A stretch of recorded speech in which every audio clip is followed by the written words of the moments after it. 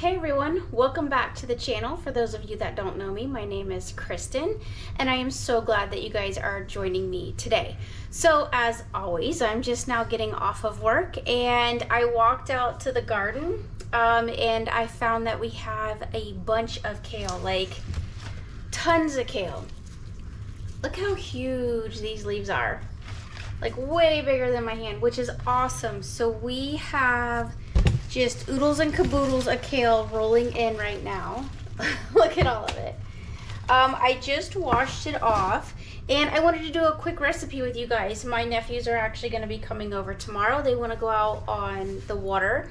And so I thought this is a really good recipe that anybody can make let it sit overnight, because then it really absorbs the olive oil that we have. So basically what it is is that you're going to take these leaves and you're just going to pinch them off. You're going to make them into basically bite sizes. And then I just toss them over into a bowl. So this is probably going to be the longest piece of the process overall, is just taking the leaves apart. And you can see, like I said, I have so many that this is going to take me a little while. So I'm not going to, sit there and have you guys watch me actually peel back all these leaves. You basically get the general idea of what this is going to be like. So I'm going to go ahead and move forward with getting all those peeled up, and then I'll show you what that looks like once I'm done, and then we'll finish the process, because this is a really nice alternative to maybe sometimes just eating a salad. It's super delicious. It's high in a lot of vitamins and nutrients that we need, that we don't often get. And sometimes people just don't know what to do with all this, their extra kale, and they get tired of eating it as just a direct green. So I'll bring you guys back as soon as I get all this peeled up. Okay, so I ran out to the garden real quick. I finished peeling or stripping down all of the kale. So it's made a huge bowl, like a really large bowl. This is like a big Tupperware bowl that you could get at Walmart, Costco, any of those types of places, or online. Your next step for this kale salad is going to be, you want to put either some orange juice or some tangerine juice in with this. It's going to give it a nice like citric flavor. You can use any kind of tangerines, oranges that you have. I don't personally recommend lime or lemon. If you want to do a grapefruit because you really like grapefruit and everybody in your family likes grapefruit, then you go for that. The other thing that I think is going to be super good for this recipe, and all this can sit overnight until the next day, so it makes it really good and easy for travel, is I was out in the garden and we have mulberries starting to come in. So I'm going to go ahead and I'm going to throw some mulberries in this as well. So I think that'll be really delicious. So you can actually put any type of, there's this. I would say like you want to probably get a cup to 2 cups. I'm just going to go ahead and pour this all over the top of it for now, so that you guys can see that. You're going to want to do at least a half a cup of olive oil. I'm just going to use the Kirkland's olive oil. I would say that's a good solid, almost maybe a cup, because I have so much kale. And you're going to just kind of want to gently massage in over the leaves. You see they're going to get kind of colored because they've been coated now, and that's what you're looking for. For this recipe, like this is just kind of do your own thing, but it's really good alternative. For this recipe, I am actually probably going to add some beets.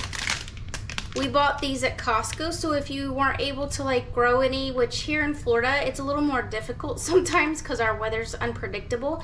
Like my uncle can grow them really well when he was living here, but for me, I just kind of struggle. So I went ahead and bought these organic roasted beets. It just makes it easier for me because I don't actually have to peel them. My fiance doesn't like the smell of it either. He's not a big fan of beets. So, especially like when they're cooking, it doesn't bother me, but they are like a little time consuming. So, if you grow them, great, save the money and put them in. But if not, you gotta buy it, then you can make it however you want. If you don't have any like mulberries or any fresh fruit, because remember the whole key or idea is that you want to try to eat seasonally. So whatever's in season. I have the mulberries coming in and I have the kale and we have some tangerines. So, you know, why not eat what we have? That's most important right now. I think people need to try to eat more raw. That's really healthy for you, and then eat seasonally. And this is one of the things that's a seasonal piece. All right, so we're gonna go ahead and add some of these currants in. If you have raisins, go ahead and use those at, you know, whatever is most convenient for you. I just happen to have these. Some of that extra juice that you're getting from the tangerines is gonna absorb and it'll kind of plump these up. So this is the brand that I have that I'm using. You know, like I said, do what's good for you. And I'm gonna go ahead and throw these mulberries in.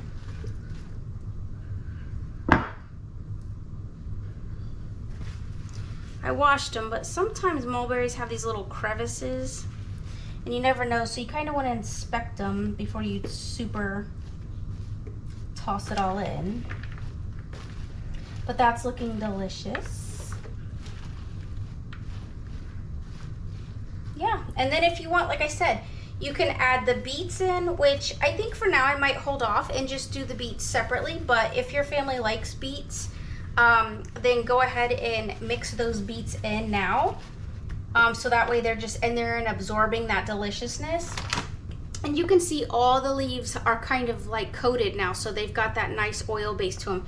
I promise you this tastes super delicious. The other thing is I will add these tomorrow before we serve, but my recommendation is that you add a little bit of pumpkin seed. This is the brand that we have. We bought it at Whole Foods. It's organic. You know, always try to buy organic as much as you can because you don't want to get any toxins, but I would go ahead and add that over the top.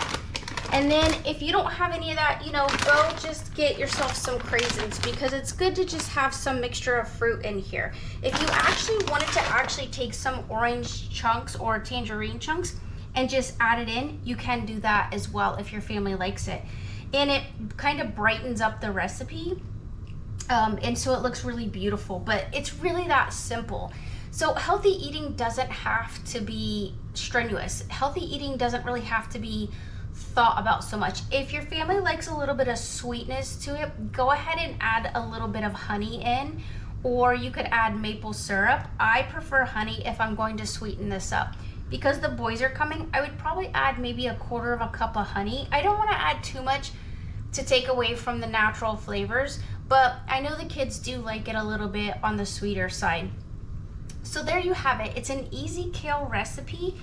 I will probably end up adding a couple little slices in there because I know the kids do like oranges, and it'll just brighten it up and make it beautiful. So there is your easy recipe for the day.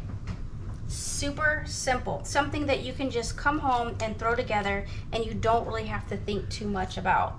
I like recipes like that, honestly, because sometimes when I'm working, I just get so caught up in the day that I just don't even think that I have time. But I always go outside and walk in the garden, and you know, there's beautiful abundance out in the garden and out in the world, and so it just takes, you know, 5 or 10 minutes. So when my dogs were out there doing their thing, from being cooped up in the house, I was like, hey, look at all this stuff that we have, let's use it, instead of me having to think, oh great, like let's can this, or how am I gonna make another smoothie today? It's like, no, I can easily utilize this as a salad, and it's delicious and beautiful, and it's giving us the nutrients that we need.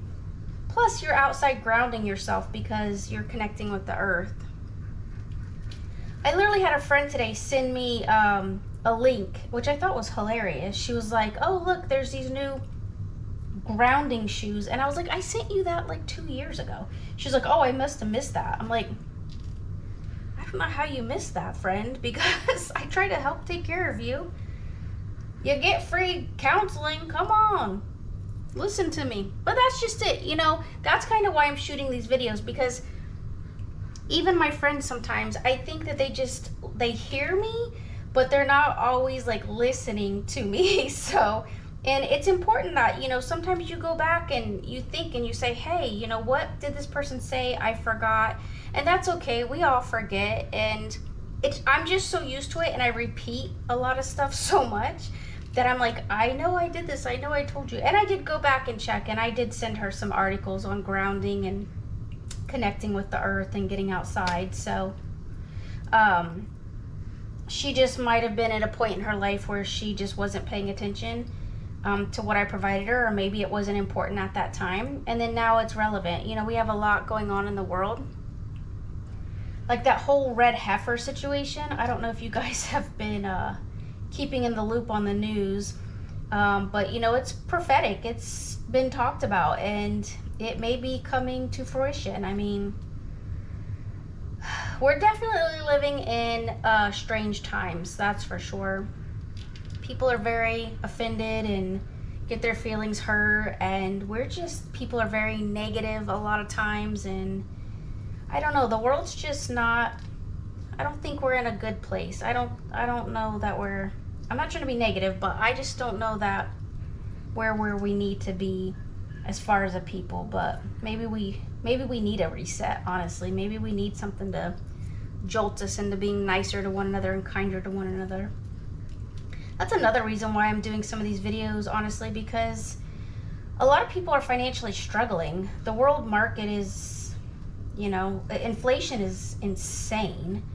I've never seen anything like this since the Depression, basically. And, you know, who knows? Maybe we'll be heading into another depression, which is quite scary, honestly. I mean, but it can't be good all the time, and sometimes having a setback is what we need to create community and love on one another and be kind to one another, and, you know, really kind of hone in some skills that we've lost. We got very comfortable with shopping, and it became like retail therapy. You know, it just became something that we enjoy doing as opposed to a need. And I think we're going back, some of us are going back to that reality of like, you know, shopping is a need now, like, and you only buy what you really have to have. It's not like you just go out there and just spend money to spend money, because prices of food is just escalating. So especially if you're like a single parent, which I know a lot of single parents that are in that situation. So the world's nuts. Always has been. It's just getting more nuttier in a lot of ways. It's just getting scary. So anyway, love one another, be kind to one another. That's what I always try to teach you guys. That's what I teach my clients. So I, you know, reinforce that here through YouTube. So hopefully you guys are getting that message. You know, this is all, I do this because I love helping and loving on people. It's just in my heart, being in the field of mental health. There's so much need out there, and a lot of people can't afford mental health.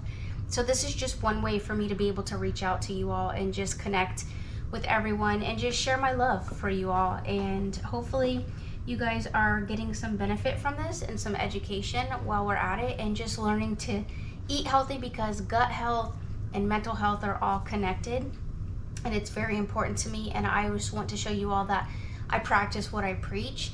You know, life's not perfect. I'm not every day eating like this, but for a majority of the time I am definitely trying to eat very well and eat from the garden. So you kind of have to keep a rotation, and that's why right now we are blessed to have these mulberries coming in. So and I've also been sharing with I call her my chicken lady. She actually came over and we did some trade and stuff, and she brought over some chickens and that they had butchered and some eggs, and so I shared some of the garden with her, and then I in return share with my family her love and abundance that she has to be able to give to us. So that's what I'm saying, make that connection within your community, find the people that you can love on and they can love on you, and that you can make a really good relationship with, because that's important. First and foremost is just finding really good people to have in your life. So all right, so off my soapbox, let's get back to this. Look how beautiful this is. Do you see that? It's just gorgeous. Like I said, I'm gonna throw a lid on this, and then, you know, just shake it up, or, you know, stir it a couple of times before you serve it, and then go ahead and throw those beautiful pumpkin seeds on it. It's gonna taste delicious. I'm afraid if I would put them on now that it probably wouldn't, it would probably get kind of mushy, and that wouldn't taste quite delicious.